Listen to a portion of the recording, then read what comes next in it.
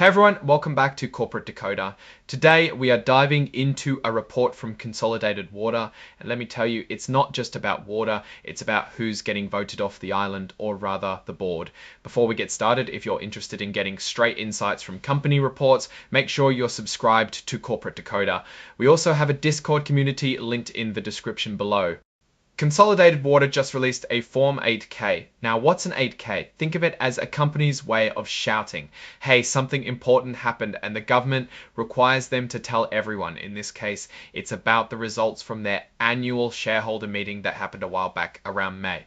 We're talking about things like who got elected to the board of directors, how people voted on executive pay, and which accounting firm got the thumbs up. It's like the corporate version of election night. Okay, let's get into it. The main event was the annual general meeting, where shareholders got to vote on some key decisions. The most important thing that happened was they voted on who gets to be on the board of directors. Think of the board as the group of people in charge of making the big decisions for the company. It's a pretty important job. So, who made the cut? Well, a bunch of people did. There are 8 names on the list, including Linda Baidler Aguilar, Brian Butler, Carson Ebanks, Clarence Flowers Jr., Frederick McTaggart, Wilma Pagand, Leonard Sokolow, and Raymond Whitaker. These folks are now officially directors and they'll be around until the next annual meeting sometime in 2025. Now, check this out. When it comes to the votes, you can see who got the most support.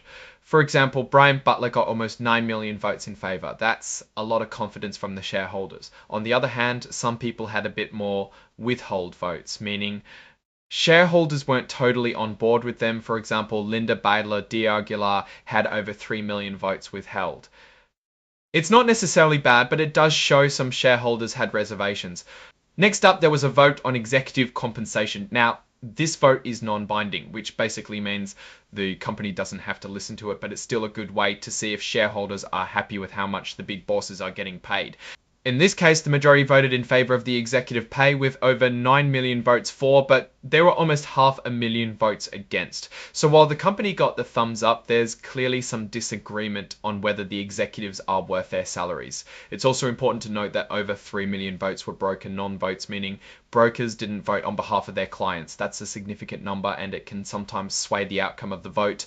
Finally, the shareholders voted on which accounting firm would be in charge of checking the company's books for the year.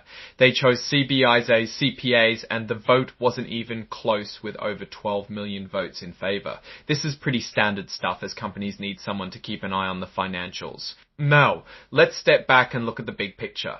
Consolidated Water is a company that provides water in places where it's scarce or hard to get. They do this by building and running desalination plants, which turn seawater into drinking water. They also handle wastewater treatment and water distribution. Think of them as the water guys in the Caribbean and other places. So how does all this voting stuff affect the company's future? Well, it's all about control and direction. When shareholders elect directors, they're choosing the people who will be making the strategic decisions. If the shareholders are happy with the way things are going, they'll vote for the same people. If they're not, they might try to shake things up. The vote on executive compensation is also important because it shows whether shareholders think the company is paying its leaders fairly. If there's a lot of opposition to the pay packages, it could signal that shareholders think the company isn't performing well enough to justify the big salaries. Now, what are the risks and opportunities for Consolidated Water? Well, one of the biggest risks is probably the weather. If there's a drought, they might have trouble getting enough seawater for their plants. On the other hand, as more and more places face water shortages, the company could have a big opportunity to expand its business. In conclusion, the annual meeting was a success for Consolidated Water, with all the proposed resolutions passing. But there were also some warning signs, like the significant number of withhold votes for some directors and the opposition to the executive pay packages. These are things the company will need to keep an eye on going forward. Alright, that's our breakdown of Consolidated Water's latest filing. What's your take on these numbers and what they signal for the company's future? Drop your thoughts in the comments. If this analysis was valuable, hitting that like button really helps, and subscribe for more deep dives. Don't forget to check out the Discord in the description. Thanks for watching. See you next time.